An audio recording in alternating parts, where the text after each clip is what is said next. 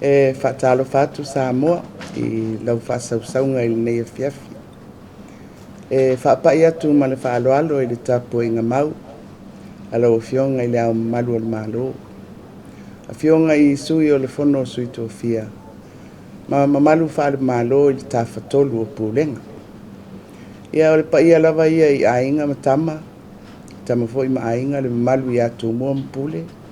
I tu au ma la tau ainga le taima le wa awhanti.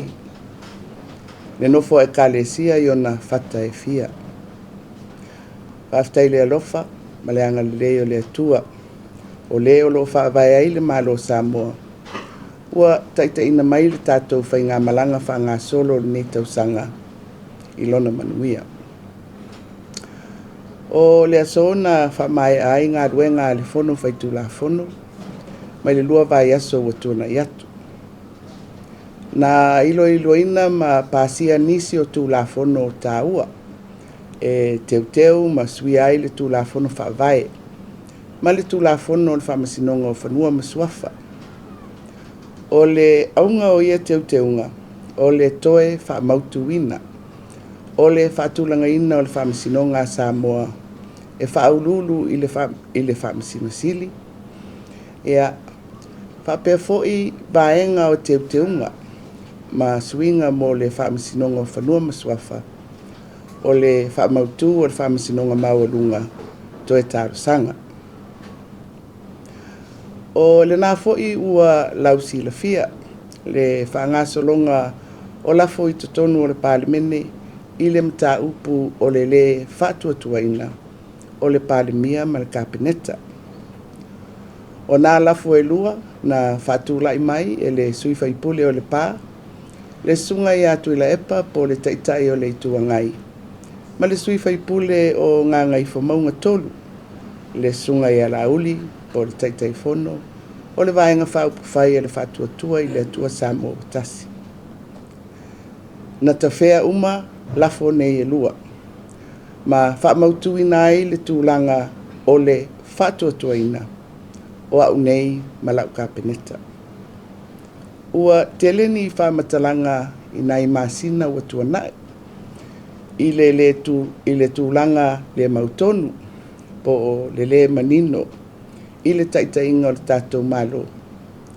Ai peitai o lea ua tali whaaliali I whaiunga ale palemene o Samoa. Le whatu mawina pea o lau taitainga. Whatasi ma le kapeneta o le pule whatonu e whaafuaina le tātou malo. O le whaiunga le palemene o le finangalo fo I le nā o le atunuu e tauala mai I sui whaipule filifilia. I taualumanga o le fono na alia I mai e se tūlanga ua fesilingia e le malo. Le whatautainga e le fonga whetalai o le fono. I se tūlanga tūtotasi ma le wha au. Ona o ana a iawhite nai I totonu o le mauta. Sa iai le whamoemoe e tangofia e le mauta lea mata upu e tauala atu I se lafo ai peitai. Ua te ena I le fonga whetalai le whaofi atu o le lafo I le laulau a fono whaitu la fono. Ua whaalia fo I le taitai o le ituangai lo lato langolangoina o le mau o le malo. Ma ua I uai loa se finangalo o le mauta o le a whaamalo lo le fono se iai se aso. Ma o le a tuliloa e le malo le mataupuli nei I auala o le tula fono. Ia ua tele nisi o la sanga fou ua alia I mai le nei vai tau I upu whai o malo. Ai peitai o lo o mawhai lava o na whanga solo ngā duenga masani ale malo I au nanga matina ese. Peso ua foi finangalo mata ofi o taitai. Mai le taimi. O te manatu wala pata pena whawai. Tu la fono. Ma whainga masani ala malo. E lautua I le tātou wanganu. Ai maise le whātua tuanga I le atua. e fofo ala mea I lui tau e tūlai mai. E le whaititia le anganga o le whaafitai, I le alofa tūnoa le atua mo Samoa. I le maua pēo le tofi le mū, I tutonu o si o tātou watunu. O le aso atai au o le o malangai Peritania, ona o le whaatinonga o tiute whaataitaifono o malo le taupulenga. O le tātou tari malo I taitai o malo le taupulenga I lana whonutanga ia o ki topa na te anei. Na whaase mai ai a Samoa le tūlanga taitaifono. Mō le lua tausanga e whaangata I le toe usuia o le whono a taitai o loo so mai. Ai a vea ia le nei awanoa o te mamoli atuai le whaftai tele. I le atunu, I ona tawhai fia, I lo o tau ngā pātia, I tiute ma matawhai oi ese, e tautua, tausi, mātia ai Samoa. Ua tātou iai I le vaitau o le leni, I taimi muli o le tātou wali whaola. Na I uilona maliu, e tongi o lai tātou. Malona toe tū, manu malo, mai le tūnga mau. Ia o le tātou whaolatanga. Ia manuia tele le whaiunga le nei vai aso, ai maise le tāpenatu mo le aso sāpati. So I fua mai manuia. Sina resa che tātou tūro I o tūlanga poilea o le se tūro o le o le le ai o se vai mo le tūla pono e mawhai e ona ale ese I o le o te tamai. Le sa manino sa mga taitai no e le mawhai o le se le tūlanga. I o le mawhai na uloto sa mai tutono palimene lo piumo. I se pa manino mai ale tūlanga se matu pa ano lo tule. Ono le usau no manino mai e le mawhai o me ave ese o me le se vai mo le tūla pono. Pa vai pa atino le tūlanga. Ia, o lo na whina ngalo na. Mai o le tūlafono lea e sauno mai ai. O le whawai. Mai le ise se whamatalaina le whawai na le whamasinonga mawalunga. O la tōluna e ona le whamatalaina ma le whawinga ina o le tūlafono. Ai, I le I tūlava lea. O le mautai whiriwhiria le whongwhitalai. E tau fwoi I eise awanoa I le mauta. I le mata upu le walanga ina nei. Ia, ai mai sa le anganga foi le sa mo o mia. Le tala noa ina I to tonu o le panemene. Fai luma, fai le mamea, fai le malamalama. Ia, mai e se foi la matou fai tau I le tūlafono. Au le me mua sa mo o mia. O le whatananga e le whongwhetalai. E watu ele mta upu I tono le mauta I tala noa ina. Awa o ina, e mwhaina whai ei ia whaalinga o tāuwhi, ia mai fwoi tūlanga tūlafono. I le Malesi, fwoi leo le tāpā fwoi o ni whautuanga whali tūlafono, po le loia sili, ia po le tāpā fwoi o se whaalinga al whamisinonga. Au mea umai, o le whamoimoia ia sa whapea e au ana tala noa ina I tono le mauta. Ia au whauli tō lava I le whina ngalo le whongawhitalai. Ia Malesi tūlanga whaingatā. Ona o ia le whaasino ia le mta upu. Au ia fo I le ua whaia le whaiunga I le talia o le lafo. Ia, po manino le nā whaamala mima. Le tūlanga la le o le ia le se vai mo tūlanga. E te lei maua mai, e se foi le mātou fai tau, foi lea. Ai, o le mea tau, tati il tūlafono, wa mwhaina toi o mulimuli il tūlafono. A o le awa noa, e tala noa ina ile mta upu I tutonu o le palimeni. A wa o le mta upu wha palimeni. Mai te tau ona iei le awa noa, e tupu ai le mea le nā. A le la wa le mawhai. Ia o lona winga o le sauili tūlanga o le tūlafono. Sa nina pinangalo le tulupu o whakana. Ana whamawai le fiume pāti. O file mu le tulupu. Sau le la fulu lua, e tasi ele au ngore ako ia e whamawai mana kapuneta. O le langona fo ile sa I leo o tangata, o tau ia fia mea ni whamawai. Ai te le ianoa ia I tūlanga ia. E isi mafo angana e whini ai le ai o te le whamawai. Ave le lafo e tana lua I pāle mene, I lau pāle. O le pāle mene le ana whamawai lo whini. E ave fo ila ne whini ngā oe, I le pāle mene.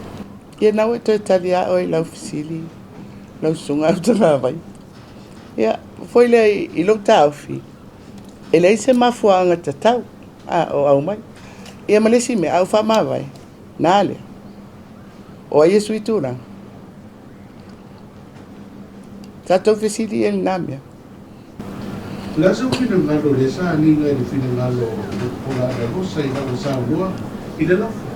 I tua ino lo le fiona, e leo o istanga te amana ia tana. I le sa whafuma e le mauta mane atunu. Lasa utari ia. Ia, se a wala e amana ia I tangata. I le ngā luenga ia whaal malo. Foi le o au nanga, o foi le o whai unga whai. Awa ole, au te iloa o le melna e au mai pea e le fionga te mai tai whai puli. O le whapea o le tusi mai mātua o sitama foi lea o tu au. Ia, o le au mai, o le mau o tele ia whala au whasaina ma tūlanga whapena. O le mea lava lea e whaingatā tele I le vaenga lea mātua na talia. O ai e ngafa ma matawha I oi SS. A pewa I se manatu. A tūla I mai ia whalawe lava ia. O na mātua o tu lea e whai. Ai le ai. O whalawe lava nei. O matawha I oi ia leo leo. You know? So, tele mai loa foi lea I le nāla ngona. Ia, pe tele loa, pe whato sina mai ai ia, whina ngalo tangata pe e talo whai, ana le liu mai asta mai tai pare mia e le tupul me.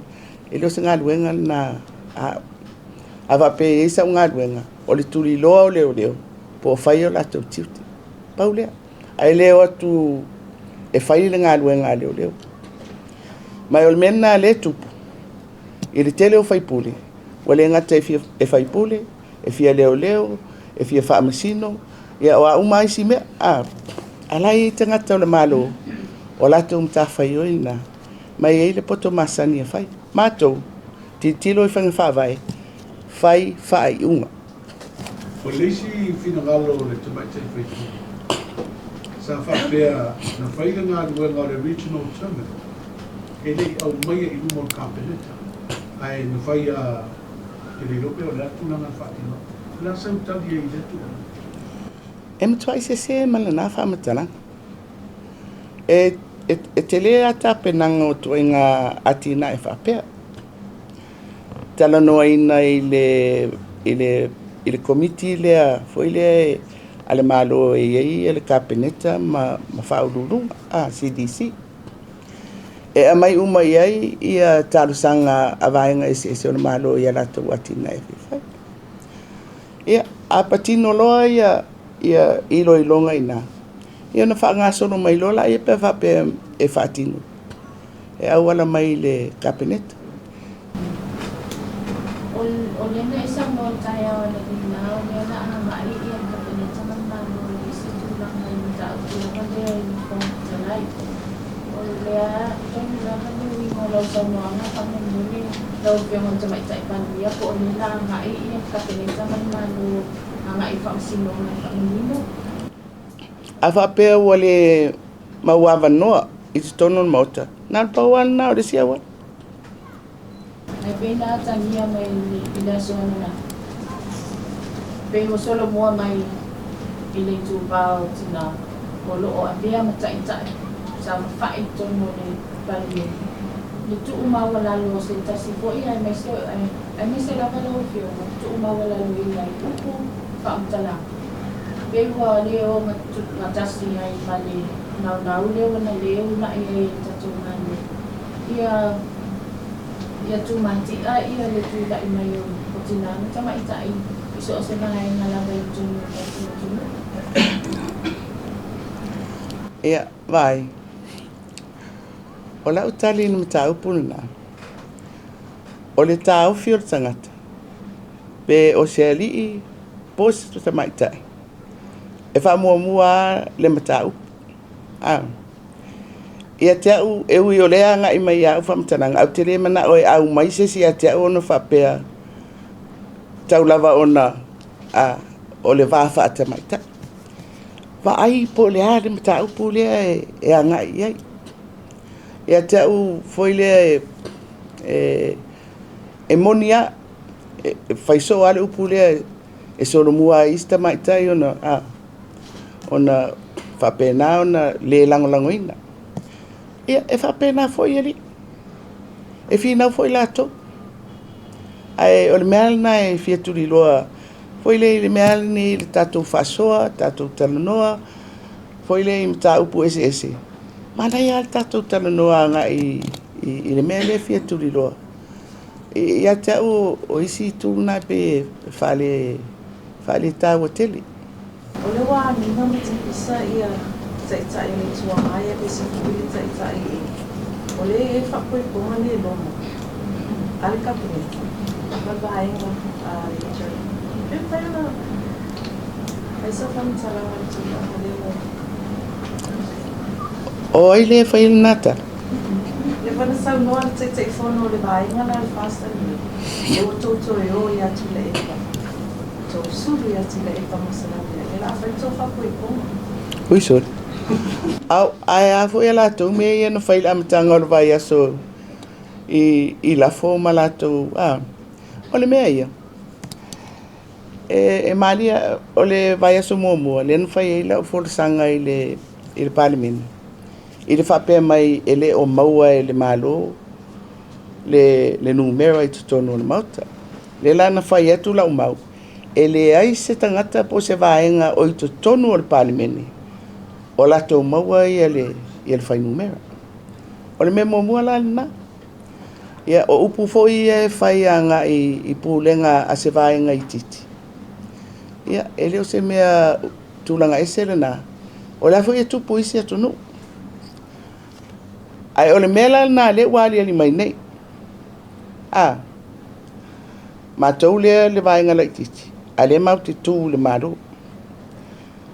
Ia. Wale ai le numela i le situ. Wale ai le numela i le situ. O la le whainga whaia. Tala noa. Tala noa mai. Tala noa atu. Mai e le whapea fo e tau whai se whapoipong. Le e tala noa aloa ia. A persula le tau fufuanga lea nga i whawhitalai. Ai manuia. Le Kates le uniform. A whea rai piki mai e wal tos puru ni mai o le sa whai me kapinita na vaenga lea. A whea rai piki mai e wal. O te manatu e piki mai le vaenga le tua ngai awa na tos fuli mamato. O le e umar kapinita. Ia olo na winga a whapea sui. Ia e vai laitu. Ia te whau malia mai laitu. Ai tu ile si tu. Pe taitasi mai pea. Now Fiona. What was going through your mind? It's me leo matua e. So what to us au noanga lai? Nale to tatia le la fumo. Wa le pena tatu no al numera ma po te o ye fina na no maut. Ai pena le la fumo na lona no. E fai asi mafa upu na la fumo Fiona na la tsekta e. You were still calm. What was going through your mind at the time? Ia, o te manatu, ana iei ni mea anu ana iei. A tonu te langona iso umawhatia, ai matua i le ai ma se mea anu o iei. Mai, o au, o le tausanga nini, a to ai le fast food tausanga talunu whaipule. Ia, no mawhauwhau ala ia le ai, foi upu whapea e le iloa whaile malo, o ama. Ia talo whai, if toa mai nei ia. Ia, o le melana e foi le ana whapeu foi mai wanga oi e fia mea le mea lea wa o fia mea ma se toa lua o sesi toi ngā me whapena ai matua i le hai ma se a anu o la tau lava langona o le me foi le whape mai ai wale ngai oi malu ia to nga mela ni lai le fia le mele na luai le fai polo palauli Hong Kong pu e mai lo nata la le mata tele mai le fai lo ngol malu le se fai un ar kapenetan fai ai alua ia fai alu mata upu fo o leva na la au mai ma la uli i to tonu ar kapeneta o le fautuanga na mai le officer tupe le Central Bank oi umaisi tangata e fautua mai le malo i tu ai ngā mene for ile money exchange wa umaisi me o fofongia na fai mai e fai o free economic zone le fai atu e le tala e le o tai o i e tātou e ngā fatia o na pūlea manage fai mawhataitainga au mai le maule e fia fai le free economic zone i Sasini. E awala mai le mtanga ruenga foile o le MSEL. Tau ave mai le fionga ia leota. E o le whamataranga na mai. O nei mea uma e o atu le fitu tesima le 2 piliona tāla. La whasolo mai a. O leo teiloa. O toi titi over sfurtau sanga pea ona whape o whai lisi nei a company nei Sasini. E se mea o vai, e se si ua whai. Lei se mea. Ea. A ole a maila o le pepa lea mata o maile nei tupe te lea. O le la mata no ma leota, il taimi foi o iei mata o kapeneta. No whai atu iei leota. E fia foi le tatou tupe lea e whaangai o iei le tatou budget. Ea. Pe miliona te sima le lua pea. A fuafua la o le tupela na lea e whaangai o iei le maloli nei. Ma lea foi le tau manage. E le tatou malo. Whawhera whainga o le fitu te sima le 2 pilion. I le Malaysi. O tuai ngā mea i o economic free zones. E o mai atangata o whai. Pau ale mea le malo e whai o le vai po ana tu la fono e pui ai. Ala ofisili na whai ai. O le ale mea tupu i tangata Samoa. Ai mai se tangata whai ngā lua ngā malo. A watu lo e whawhea ngai ma se whalapo tonga e te le atula na tupe, te le lo na malo si anga lo le malo Samoa. O where mea anga e tangata. O i tu umaia, e manga whangafa i ai i mo meo pūlenga. Ma le ngafatia e Samoa, o tātou o le tunu le titi. Ai pese mai, new money, new opportunities. Ma me whapela, e le whapela e tau mia le avanoa. Au lesi ngā ruenga na le malo e fua. Po le ale mea te tau na whai, o le ale mea ngafatia, o le ale mea e saonga le mu. Saonga le mu, ai mai se mo tātou o atunu la iti e maale lo tātou tamau ainga. E maale foi le tamau ainga wha human resource. Tau sa ili mai tangata e o mai e whaatino i au nanga ese. Ai mai se lai tuai ngā tina e fau nei e mana o mia ia poto whaapitoa, matulanga uma whapena. O le vainga lau tele ai a le malo i le matou pale mai. O le whasoa atu le itua. O le tamau ainga e mawhaia e vainga ese o le atunu. O na ngalue ina po le ale vainga o le atunu o lo iai. So investment in the country. O te loa o le mea ale na lea e ave ia le whamuamua. Ai mai se ai le itu o te tautara pēr il mea le nei. O tātou o le atunu o le titi. Foile. E o foi lai le malo ia. Foi le e lui te wina le malo e whaatino ia lana ngā ruenga, lana tautua. O le mea lai e mana umia le malo ia anga ia tu uma ilunga isi vaenga uma o le atunu. Mo le atina. Pe o le tūlanga nai le tūlanga o titele. Ia, ona foi o e pale mai mātou, whaisina ma ale la titi o le tūranga o le foi lea o le tupe, the economy. Ia e whai o le COVID, tūlanga o mawhapena. Ia, ai whai foi o le nofo a ai tā lafo o le tunu. E mau te pale mai ua ausia le tūlanga ua o loa na whaangata ai.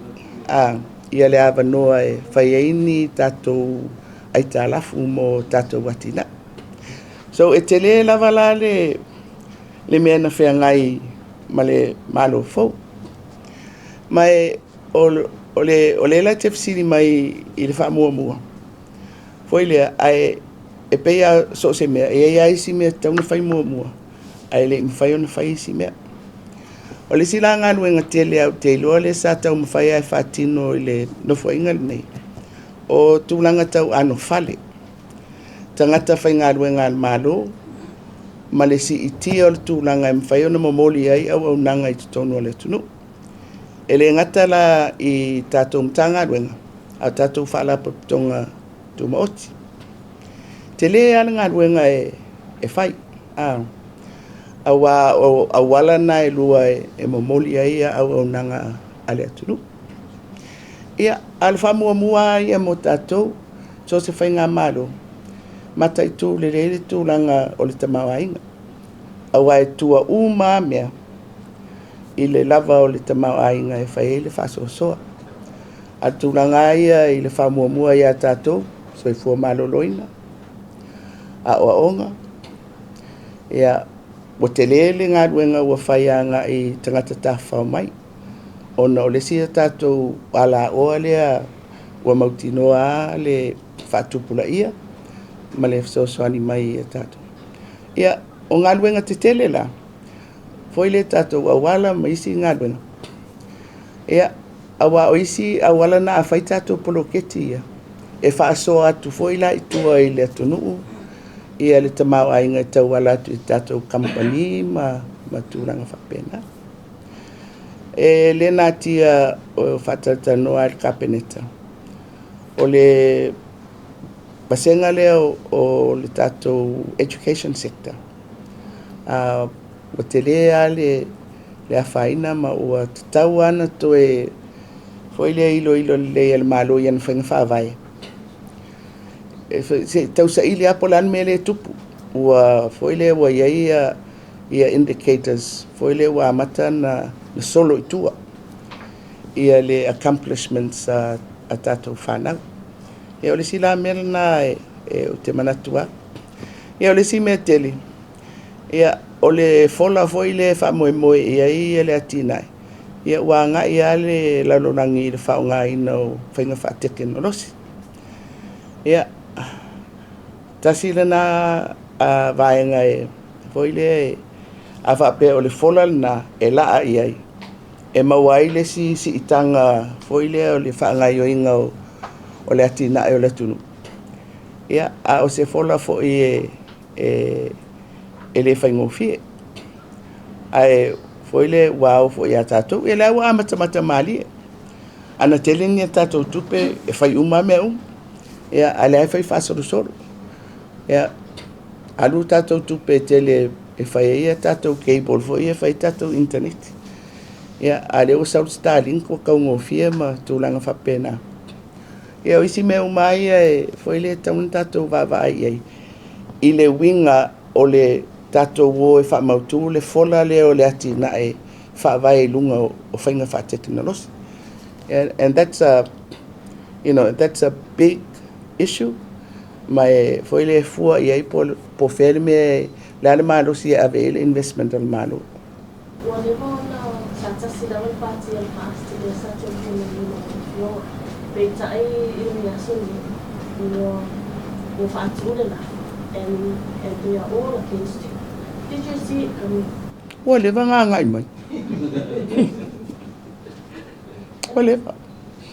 Ai te vai tu pela tala lea. Ana whapea e eise malo si anga i le tū la fon. A whaatea le tangata me le pāti wale au nganon whaipule po wale au nganon tofi. Ana ese mano si angol tu la fono il menna. O leva na mato fafu. O le mela na le tupu malaiti ngai. Ona o le apo au markapineta el tu la fono.